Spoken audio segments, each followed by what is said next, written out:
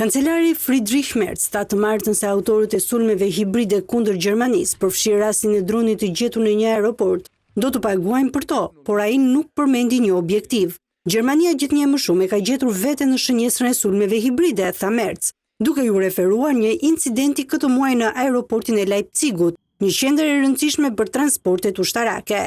Policia përdori një robot për të çaktivizuar një dron të mbushur me eksploziv, të gjendur pranë një avioni ukrainas Mallrash, dhe beson se një dron i dytë mund të jetë përplasur me një avion të DHL-s, ende në fluturim aty pranë. Një dron i tretë është zbuluar po ashtu të martën, i ngarkuar me eksploziv sipas raporteve të medias gjermane, që nuk janë konfirmuar zyrtarisht. Gjermania antare NATO-s, një mbështetëse e madhe e Ukrainës në luftën e saj kundër Rusisë, e ka akuzuar prej kohësh Moskën se ka shënjestruar atë me një fushat sulmesh hibride, spionazhi dhe sabotimi. Megjithatë, Gjermania nuk e ka akuzuar Rusinë se qëndron pas incidentit të Leipzigut me ministrin e brendshëm, Aleksandr Dobrindt, që foli vetëm për dyshimin se një fuqi e huaj mund të jetë e përfshirë. Merz, duke folur në fillim të një takimi 2 ditor të kabinetit, tha se autorët po veprojnë pa skrupuj dhe janë të gatshëm të shkaktojnë dëme të rënda e madje edhe viktima. Kancelari tha se qeveria po punonte me shërbimet e sigurisë për të nxjerrë para drejtësisë përgjegjësit për sulmin në Leipzig